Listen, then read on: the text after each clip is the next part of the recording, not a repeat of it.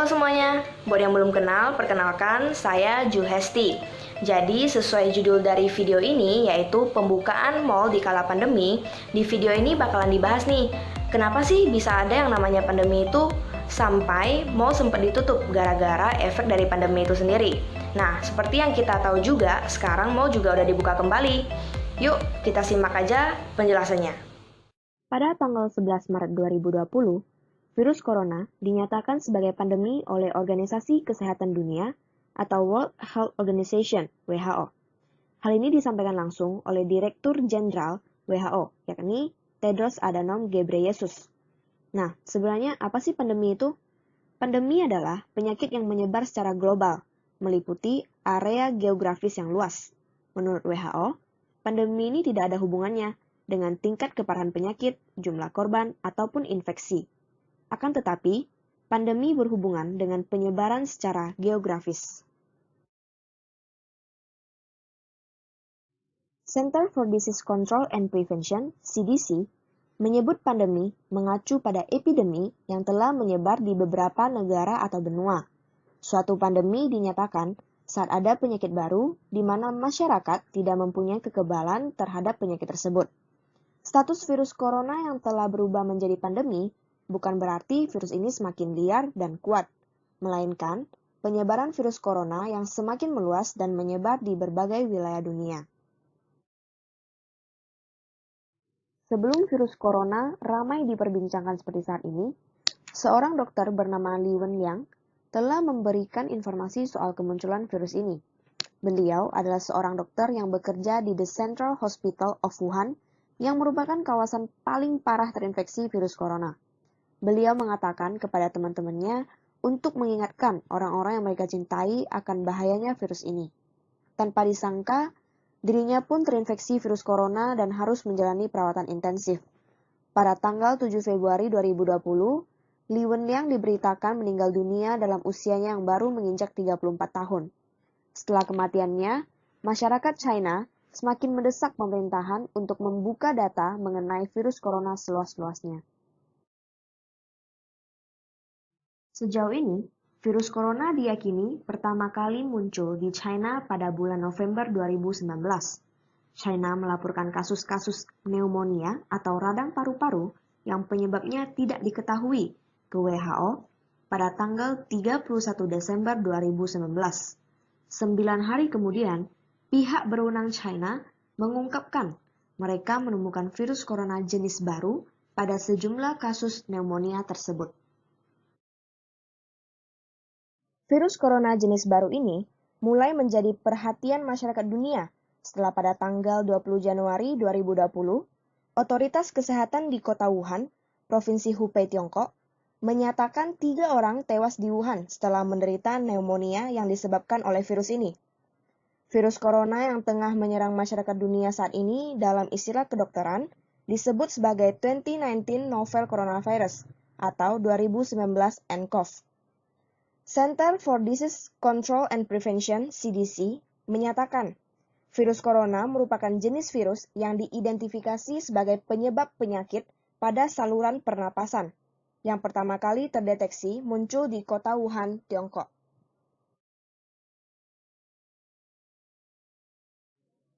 Virus ini diduga pertama kali muncul di pasar grosir makanan laut, yaitu Pasar Huanan, Kota Wuhan. Walaupun bernama Pasar Grosir Makanan Laut, ternyata di Pasar Huanan Kota Wuhan ini juga dijual berbagai jenis hewan liar, mulai dari tikus, ular, buaya, hingga kelelawar. Diduga, virus corona jenis baru berasal dari ular dan kelelawar yang penyebarannya dari hewan ke manusia, kemudian dari manusia ke manusia. Dilaporkan bahwa banyak pasien yang menderita virus ini ternyata terkait dengan Pasar Grosir Makanan Laut Huanan. Orang pertama yang jatuh sakit akibat virus ini juga diketahui merupakan pedagang di Pasar Huanan. Pada tanggal 2 Maret 2020, Presiden Joko Widodo didampingi Menteri Kesehatan Terawan Agus Putranto mengumumkan kasus pertama positif virus corona Indonesia di Istana Kepresidenan Jakarta. Kasus pertama yang terjadi di Indonesia menimpa 2 warga Depok, Jawa Barat, yang merupakan seorang ibu berusia 64 tahun dan putrinya yang berusia 31 tahun. Keduanya diduga tertular virus corona karena melakukan kontak langsung dengan warga negara Jepang yang datang ke Indonesia. Sang anak diduga tertular virus corona saat berdansa dengan warga negara Jepang di sebuah klub di Jakarta pada 14 Februari lalu saat pertemuan tahunan grup dansa mereka. Virus corona dapat menular dengan sangat mudah melalui droplet atau cipratan dari orang terinfeksi virus corona yang bersin atau batuk. Baru-baru ini, setelah didesak oleh 239 ilmuwan dari 32 negara, akhirnya WHO mengakui bahwa virus corona juga dapat menyebar melalui udara. Dengan kata lain, virus corona terdapat di dalam partikel yang jauh lebih kecil dari droplet yang melayang selama berjam-jam setelah orang terinfeksi virus corona berbicara atau bernafas. Untuk mengetahui data penyebaran virus corona di Indonesia, kita dapat mengakses laman website resmi Gugus Tugas Percepatan Penanganan COVID-19, yakni melalui covid19.go.id. Di sini sudah dapat kita lihat bersama data sebaran virus corona, baik secara global maupun secara nasional. Secara global, sudah ada 216 negara yang terkonfirmasi, dengan jumlah kasus positif sebanyak hampir 11,6 juta orang, dengan kasus meninggal sebanyak 537.859 orang. Data ini diambil dari WHO dan update terakhirnya adalah pada tanggal 8 Juli 2020. Di Indonesia sendiri, sudah terkonfirmasi 68.079 orang positif. Angka sembuh 31.585 orang dengan angka meninggal sebanyak 3.359 orang. Dan update terakhir pada tanggal 8 Juli 2020. Perlu kita ingat bersama bahwa angka-angka di sini dapat terus bertambah. Ini adalah infografis mengenai sebaran virus corona di Indonesia yang jauh lebih lengkap. Pertanggal 8 Juli 2020, angka positif di Indonesia bertambah hampir 2.000 orang, dengan jumlah kasus sembuh 800 orang dan meninggal dunia sebanyak 50 orang. Indonesia sendiri menempati ranking ke-26 dari 216 negara yang terdampak oleh virus corona. Semua informasi ini dapat juga kita himpun dari situs resmi covid19.go.id. Selain informasi-informasi ini, terdapat banyak informasi penting lainnya yang dapat kita lihat di situs resmi tersebut. Dengan angka positif virus corona yang terus meningkat setiap harinya di Indonesia, pemerintahan kita tentu tidak akan diam saja. Salah satu cara yang diambil oleh pemerintah untuk menekan laju angka positif virus corona di Indonesia adalah dengan penerapan PSBB atau pembatasan sosial berskala besar. Nah, sebelum dipilih PSBB ini, muncul banyak wacana lain seperti lockdown, semi-lockdown, dan juga karantina wilayah. Dari sekian banyak wacana tersebut, akhirnya pemerintah memilih PSBB dan menetapkan PSBB untuk mengatasi wabah virus corona yang sudah terlanjur masuk ke Indonesia ini. Nah, istilah PSBB ini pertama kali muncul dan disebutkan oleh Presiden Joko Widodo sebagai upaya yang harus dilakukan untuk melawan pandemi COVID-19. Merujuk pada Peraturan Menteri Kesehatan atau Permenkes RI nomor 9 tahun 2020, PSBB adalah pembatasan kegiatan tertentu penduduk dalam suatu wilayah yang diduga terinfeksi Coronavirus Disease 2019 atau COVID-19 dengan sedemikian rupa untuk mencegah kemungkinan penyebaran yang lebih luas lagi.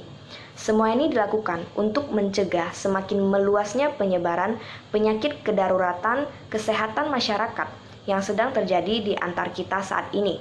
Pemerintah menjadikan PSBB sebagai mitigasi faktor risiko di wilayah tertentu pada saat terjadi kedaruratan kesehatan masyarakat. Nah, kebijakan ini juga merujuk pada Undang-Undang Nomor 6 Tahun 2018 tentang karantina kesehatan, yang penetapannya akan dikoordinasikan antara Menteri Kesehatan, gugus tugas COVID-19, dan juga kepala daerah. Nah, PSBB ini dilakukan atas dasar pertimbangan epidemiologis, besarnya ancaman, efektivitas, dukungan sumber daya, teknis operasional, pertimbangan baik secara ekonomi, sosial, budaya, dan juga keamanan. Penerapan PSBB di suatu daerah itu juga tidak mudah. Pemerintahan daerah yang ingin menerapkan PSBB di daerahnya harus mengajukan terlebih dahulu ke pemerintahan pusat. Setelah disetujui oleh pemerintahan pusat, barulah penerapan PSBB di suatu wilayah itu dapat dilaksanakan. Nah, sebenarnya kasus positif virus corona ini sudah ditemukan di 34 provinsi di Indonesia, yang artinya seluruh wilayah yang ada di Indonesia ini sebenarnya sudah ada kasus positif corona. Namun tetap saja penerapan PSBB ini tidak bisa sembarangan dilakukan. Seperti yang sudah saya katakan tadi, tidak semua daerah bisa mengajukan pemberlakuan PSBB. Ada syarat-syarat yang harus dipenuhi oleh suatu daerah jika ingin menerapkan PSBB di daerahnya. Nah, syarat-syaratnya itu apa aja sih? Yang pertama, suatu daerah itu, lebih tepatnya ke pemerintahan daerahnya itu, harus mempersiapkan data pendukung yang diperlukan. Misalnya, peningkatan kasus berdasarkan waktu dan kurva epidemiologis COVID-19 di daerah lain yang dekat dengan daerahnya yang berpengaruh secara signifikan terhadap infeksi di daerahnya sendiri. Selain itu, pemerintahan daerah yang ingin mengajukan PSBB juga diminta untuk menyiapkan peta penyebaran COVID-19 dan data kejadian transmisi virus yang bersifat lokal.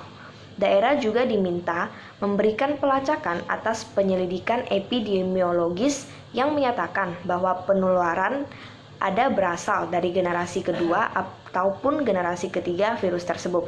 Yang kedua, pemerintahan daerah harus menghitung dan memastikan memiliki ketersediaan kebutuhan dasar hidup bagi warga, sarana prasarana kesehatan, seperti juga dengan ketersediaan ruang isolasi, ruang karantina, tempat tidur, dan alat kesehatan lain seperti masker ataupun alat pelindung diri lainnya. Hal-hal ini juga menjadi pertimbangan pemberlakuan PSBB di suatu wilayah. Nah, hal terakhir yang harus dipertimbangkan oleh pemerintahan daerah adalah pemerintahan daerah harus melakukan realokasi anggaran atau menyusun kembali anggaran daerah masing-masing.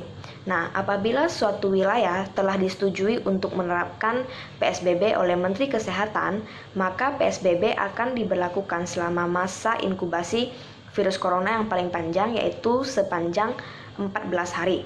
Apabila setelah 14 hari tersebut masih terlihat adanya penyebaran seperti penambahan kasus baru, maka PSBB dapat diperpanjang lagi selama 14 hari ke depan. Namun semua kebijakan ini juga harus melihat kesanggupan dan kebijakan di daerah masing-masing. Provinsi DKI Jakarta menjadi provinsi pertama yang disetujui untuk menerapkan PSBB oleh Menteri Kesehatan Terawan setelah berkoordinasi dengan gugus tugas COVID-19.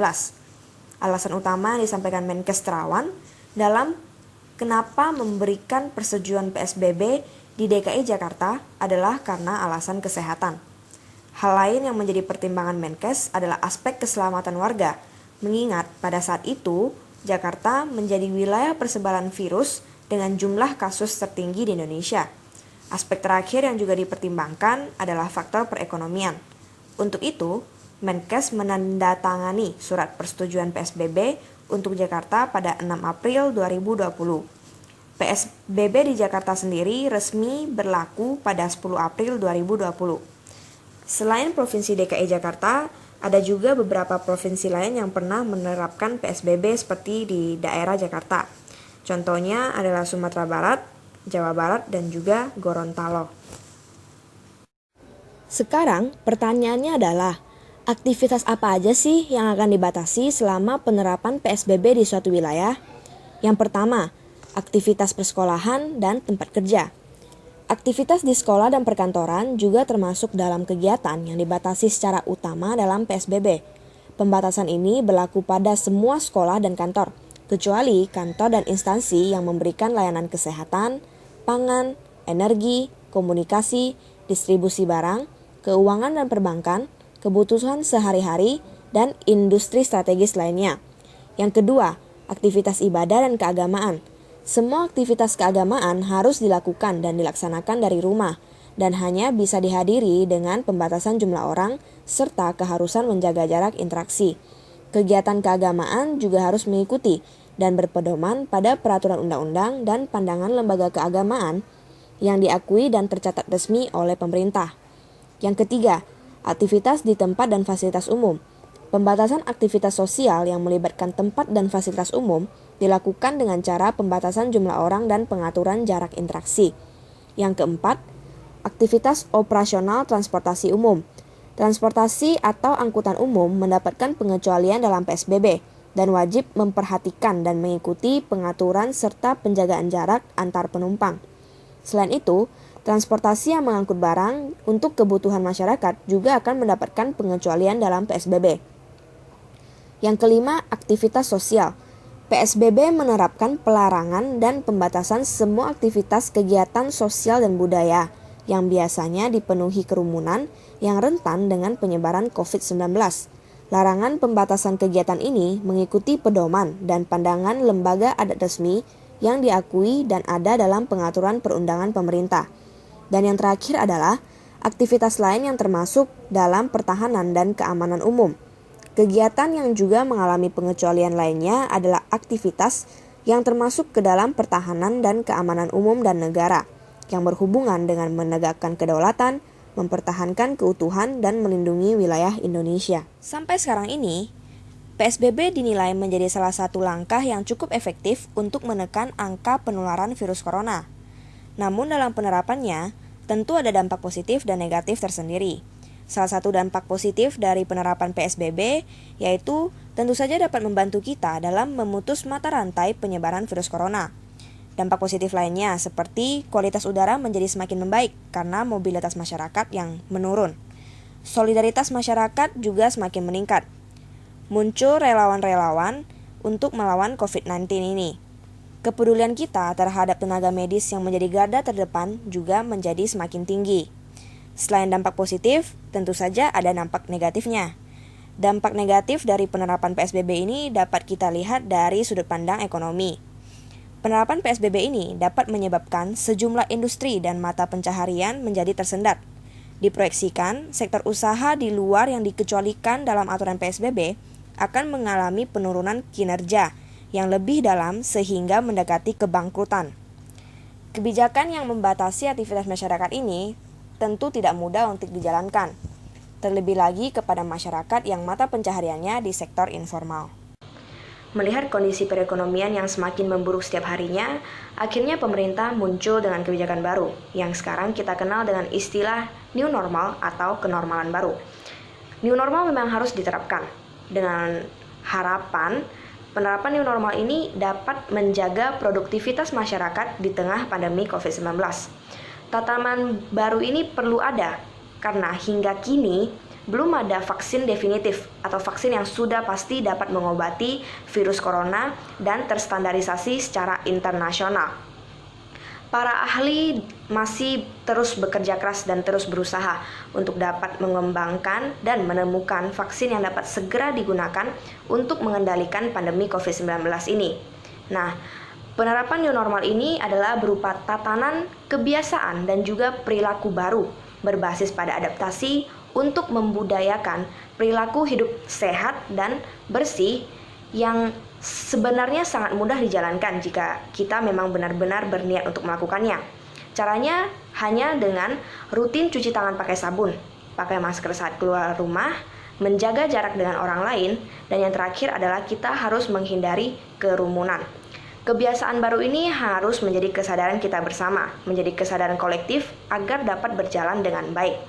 Untuk merealisasikan skenario new normal ini, pemerintah saat ini sedang bekerja sama dengan banyak pihak, mulai dari tokoh masyarakat sampai para ahli, untuk merumuskan protokol atau SOP yang dapat memastikan masyarakat dapat kembali melakukan aktivitas secara aman di tengah pandemi seperti sekarang. Tidak semua daerah dapat menerapkan new normal. Ada 2 kriteria yang harus dipenuhi jika suatu daerah ingin menerapkan new normal.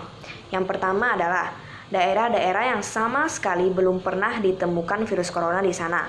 Nah, dan kriteria yang kedua adalah daerah yang sudah termasuk dalam zona hijau. Apa sih zona hijau itu? Zona hijau itu adalah daerah atau wilayah yang sudah tidak ada kasus atau infeksi virus corona dan harus lolos standar new normal dari WHO. Selain memenuhi kriteria-kriteria tadi, kesiapan kepala daerah juga menjadi salah satu syarat. Pemerintah pusat akan melihat kesiapan dari kepala daerah sebelum memberi izin apakah akan membuka kembali roda sosial dan perekonomian di wilayah tersebut. Dengan adanya new normal ini diharapkan dapat kembali menghidupkan roda perekonomian masyarakat. Beberapa tempat yang sebelumnya tutup selama PSBB sekarang pun sudah dibuka kembali. Contohnya seperti perkantoran, tempat ibadah, tempat wisata, dan juga pusat perbelanjaan. Salah satu tempat yang mungkin udah bikin kita gregetan lama banget tutup dan kita nggak bisa pergi ke sana dan sekarang juga udah buka kembali setelah masa transisi PSBB yaitu adalah mall. Namun jika teman-teman pengen pergi ke mall tetap harus mematuhi dan mengikuti sejumlah protokol kesehatan yang ada di sana. Sebelum teman-teman berencana pergi ke mall, ada baiknya nih teman-teman tahu dulu kira-kira protokol kesehatan di mall nantinya itu seperti apa sih? Yuk sama-sama kita kepoin. Nah, Menteri Kesehatan Terawan sudah menerbitkan Keputusan Menteri Kesehatan atau KMK nomor HK.001-0-382-382 tentang protokol kesehatan bagi masyarakat di tempat dan fasilitas umum dalam rangka pencegahan dan pengendalian Coronavirus Disease 2019 atau COVID-19. KMK tersebut berisi panduan rinci terkait pencegahan COVID-19 yang harus dipatuhi oleh semua orang yang berada di lingkungan mall menjelang penerapan new normal atau kenormalan baru. Protokolnya ada cukup banyak loh, teman-teman simak baik-baik ya. Yang pertama, harus menjaga jarak antrean masuk mall minimal 1 meter. Yang kedua, harus memakai masker. Dalam aturan ini, Kemenkes meminta pihak manajemen mall untuk tidak mengizinkan siapapun untuk masuk ke dalam mall apabila tidak menggunakan masker. Yang ketiga, suhu tubuh harus berada di bawah 37,5 derajat Celcius. Kemenkes meminta pihak manajemen mall untuk melakukan pengecekan suhu tubuh di setiap pintu masuk. Jika ditemukan orang dengan suhu tubuh di atas 37,5 derajat Celcius setelah 2 kali pengecekan dalam selang waktu 5 menit, orang tersebut otomatis tidak diizinkan masuk ke dalam mall. Petugas pemeriksaan suhu juga harus menggunakan masker dan pelindung wajah atau face shield. Yang keempat, mengikuti semua arahan yang sudah dibuat oleh pengelola mall. Jadi semua peraturan mengenai protokol kesehatan yang ada di dalam mall itu harus kita patuhi semuanya.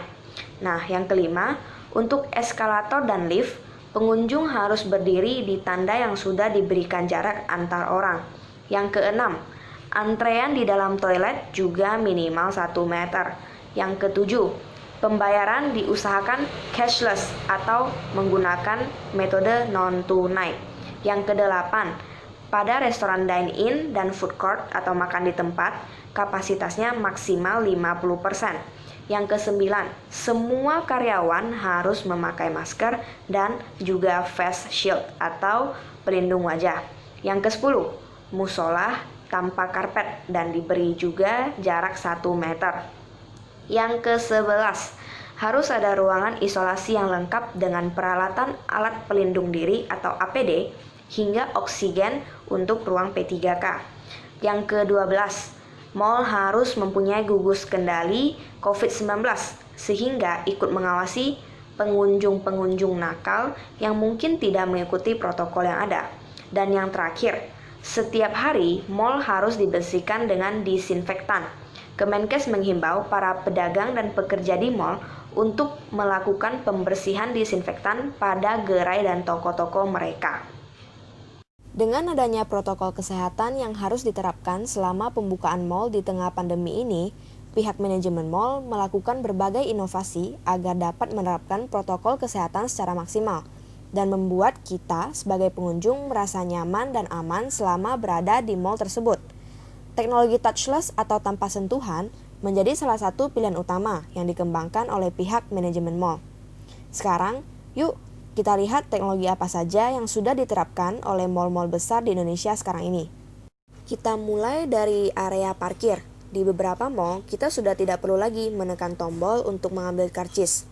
Namun, cukup dengan mendekatkan tangan kita ke daerah sensor, maka karcis akan keluar dengan sendirinya. Jadi kita tinggal mengambil karcis tersebut tanpa harus menyentuh tombol. Selanjutnya, ketika memasuki area mal, setiap pengunjung harus didisinfeksi dengan memasuki bilik disinfektan untuk mensterilkan tubuh kita dari segala macam virus dan kuman yang mungkin menempel. Suhu tubuh kita pun akan dicek oleh petugas mal dengan menggunakan termogan ataupun termoscanner untuk melihat apakah suhu tubuh kita melebihi 37,5 derajat Celcius atau tidak. Barang bawaan yang kita bawa juga akan didisinfeksi pada sebuah lemari dengan mengandalkan teknologi UVC sterilizer untuk membunuh virus dan kuman yang juga mungkin menempel pada barang bawaan kita. Untuk menjaga kapasitas orang yang berada di dalam mal, maka beberapa mal di Indonesia menerapkan yang namanya e-accessing agar dapat terus memantau berapa jumlah orang yang masuk dan keluar dari mal tersebut. Hal ini dilakukan dengan setiap pengunjung mal harus meng-scan atau memindai kode QR yang sudah disediakan di pintu masuk mal yang bersangkutan. Di dalam area mal juga tersedia vending machine atau mesin penjual otomatis yang menjual masker dan hand sanitizer. Vending machine ini boleh digunakan oleh siapa saja yang ingin membeli masker ataupun hand sanitizer. Teknologi yang mendapatkan cukup banyak perhatian dari masyarakat adalah fasilitas hand sanitizer dan tisu yang menggunakan sensor atau touchless. Pengunjung cukup meletakkan tangan di dekat sensor hand sanitizer ataupun tisu, dan setelah itu hand sanitizer atau tisunya pun akan keluar secara otomatis untuk meminimalisir sentuhan. Teknologi touchless juga tersedia pada lift. Dipasang alat pemindai sensor pada pintu lift untuk mengaktifkan tombol naik atau turun. Di dalam lift pun dibuat pedal kaki untuk menentukan lantai mana yang akan dituju. Namun, ada juga mal yang menggunakan sensor untuk memilih lantai mana yang akan dituju. Dan yang terakhir adalah saat kita ingin memesan makanan. Kita cukup meng-scan kode QR yang ada, dan secara otomatis menunya akan muncul di layar HP kita, dan siap untuk dipesan. Pembayarannya pun dapat langsung dilakukan melalui handphone. Dengan mal yang dibuka kembali, bukan berarti teman-teman bisa nongkrong sesuka hati ya. Lebih baik pergi ke mal pas emang butuh aja, misalnya buat beli keperluan sehari-hari. Ada beberapa hal yang harus kalian ingat baik-baik ya. Pertama, pastikan diri teman-teman dalam kondisi yang benar-benar sehat sebelum keluar rumah. Jangan sampai pas keluar rumah, teman-teman lagi ada gejala seperti demam, batuk, pilek, nyeri tenggorokan, ataupun sesak napas. Kalau emang lagi sakit, mending istirahat di rumah aja, oke? Nah, yang kedua, selalu menggunakan masker, baik di perjalanan ataupun saat berada di pusat perbelanjaan.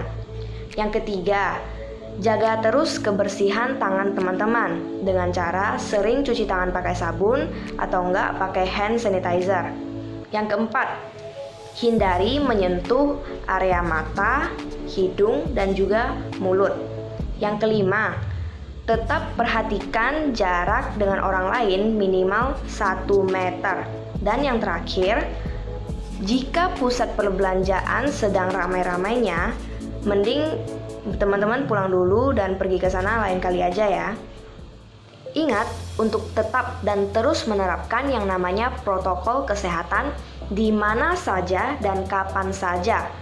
Melalui video ini, saya harap kita bisa sama-sama semakin mengembangkan kesadaran diri kita masing-masing akan bahayanya virus corona yang masih terus mengintai di sekitar kita. Sekian untuk video ini. Maaf jika ada salah kata, dan terima kasih buat kamu, kamu yang udah nonton video ini sampai selesai. Stay healthy and God bless you. Bye-bye.